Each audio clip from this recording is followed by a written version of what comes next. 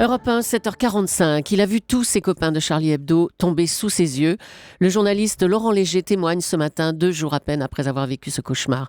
Il est votre invité, Thomas, pour l'interview vérité d'Europe 1. Bonjour Laurent Léger. Bonjour. Vous étiez à la rédaction de Charlie Hebdo quand les terroristes sont arrivés. Racontez-nous comment ça s'est passé, les premiers instants.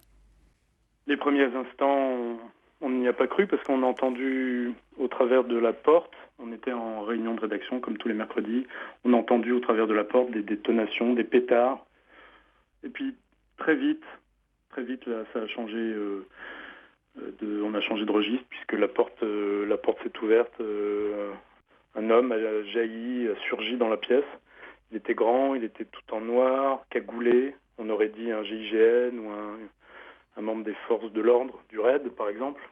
Il était armé avec une grosse Kalachnikov ou fusil d'assaut ou fusil mitrailleur, je ne sais pas trop, mais quelque chose de lourd, de gros, une arme de guerre peut-être. Et puis là, c'était plus du tout de la blague, c'était Allahu Akbar, au moins 2 fois, et puis des détonations et l'odeur de la poudre, et puis un chaos indescriptible pendant quelques secondes, mais qui m'ont paru à moi très très longues, quoi.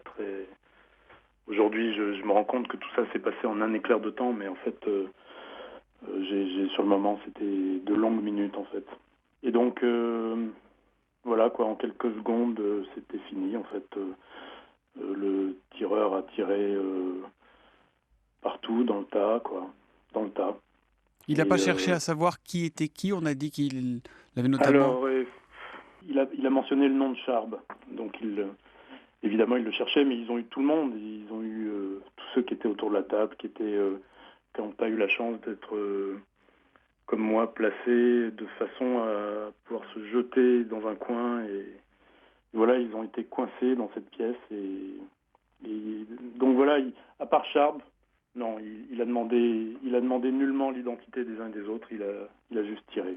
Vous parlez d'un tireur, mais il y avait 1 ou 2 terroristes dans les locaux. J'en ai vu qu'un. Je crois après qu'il y en avait un deuxième parce que je continue un peu à vous raconter. Donc je me retrouve sous cette table derrière, dans une encoignure. Là, je suis complètement figé, quoi. Je ne sais pas quoi faire. Et On est toujours dans la salle de rédaction. on est dans la salle de rédaction et ça tire et ça dure de longs moments. Et puis après, c'est le silence parce qu'il n'y a plus personne, quoi. Moi, je pense qu'il a tué tout le monde. Et puis là, il y a des pas. Et donc, il fait machine arrière et puis il marche dans le couloir, j'entends des pas. Et puis tout d'un coup, je l'entends parler en français avec quelqu'un. Et là, je comprends qu'ils étaient 2, au moins 2. Mais j'ai pas vu l'autre, je l'ai jamais vu. Et j'entends qu'il s'adresse à une femme, donc je me dis qu'il y a au moins une survivante. Puisqu'il lui dit on tue pas les femmes ou on va pas tuer les femmes. Je me souviens plus exactement. Et qu'est-ce qu'ils se disent entre eux ? Si je me souviens bien, ils se disent c'est bon, on les a tous eus ou on les a tous tués.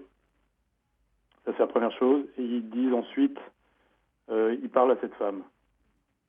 Donc j'ai le souvenir seulement de cet échange, donc de deux phrases en fait, deux petites phrases. Et là, je comprends donc qu'ils étaient 2 au moins. Et je comprends qu'il y a une survivante. C'est tout ce que je sais. Moi, je suis dans mon petit coin, là, je suis sous la table. Je bouge pas, je crains le pire parce que, évidemment, j'ai cru que ma dernière heure était arrivée.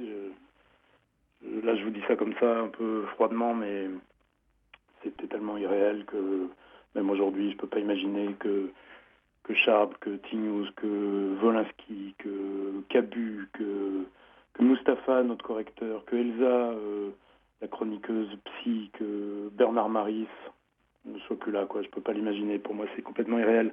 Vous pensez que vous allez mourir à ce moment-là ? Vous pensez qu'ils vont vous avoir, vous aussi ? Bah oui, je pense à tout. Je pense à ceux que j'aime. Je vois des corps devant moi. Je sais pas comment ils vont. Je sais pas quoi dire. Je sais pas quoi faire. Je bouge pas, quoi. Je me dis.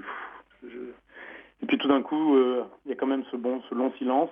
Ces 2 phrases que j'entends. Puis les pas s'éloignent, mais les détonations continuent. Donc j'ai quand même encore peur parce que je sais pas où ils sont, quoi. Est-ce qu'il y en a un qui reste ? Est-ce qu'ils vont revenir ? Qu'est-ce qu'il faut faire ? Je suis pétrifié. Je suis vraiment pétrifié. Et puis, je sais pas, des secondes, des minutes passent. Et puis j'entends un peu bouger. Et là, je me rends compte qu'effectivement, je suis pas tout seul à la rédaction. Il reste quelques personnes. Voilà. Moi, entre-temps, j'ai appelé quelqu'un que j'aime. Je lui ai dit appelle la police. Voilà. Puis après, ça s'enchaîne parce que après tout le monde va arriver très vite. À aucun moment, ils n'ont essayé de discuter avec vous, d'établir un contact. Ils étaient venus juste pour tuer. Pour tuer. Ils étaient là pour tuer. Je pense qu'ils voulaient tuer Charlie. Et derrière Charlie, tuer le symbole de cette liberté d'expression qu'ils exècrent, de cette liberté qu'ils abhorrent, voilà, ce sont les forces de l'obscurantisme, du fanatisme, de tous les fondamentalismes, de tous les intégrismes.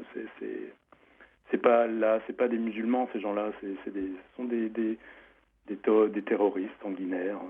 Voilà, il faut appeler un chat, et on ne peut pas les appeler autrement. Jeannette Bougrab, la compagne de Charb, a déclaré hier soir, lors du 20h de TF1, que le dispositif de sécurité autour de Charlie Hebdo avait été allégé depuis quelques semaines. Vous l'aviez constaté, vous, ça, ou pas ? Effectivement, il n'y avait plus la voiture statique en faction devant le journal, mais pour tout vous dire, il y aurait eu une voiture de police garée en bas. Qu'est-ce qu'ils auraient fait, les tireurs, les assassins? Ils auraient tiré sur la voiture, ils auraient buté 2 flics de plus. Bon, voilà, il y aurait eu un bilan plus lourd. Moi, je pense pas que ça les aurait dissuadés. Comment allez-vous, Laurent Léger ? Écoutez, je vis, je suis très entouré, j'ai cette chance-là. Voilà, donc bon, je suis dans l'action là. De l'autre côté, je sais pas trop de quoi demain sera fait parce que on est tout d'un coup très seul. On a perdu Charb qui était vraiment notre emblème. On a perdu les autres qui sont de grands amis, de grands talents, des gens magnifiques, et des gens qui. On a perdu le rire. J'espère qu'on l'a pas perdu complètement, mais là, c'est vrai qu'on a moins envie de rire.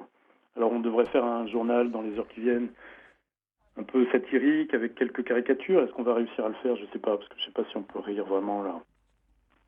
Merci Laurent Léger d'avoir témoigné ce matin sur Europe 1. Je suis Charlie, nous sommes tous Charlie ici à Europe 1. On vous souhaite bon courage. Merci beaucoup. Merci, bonne journée.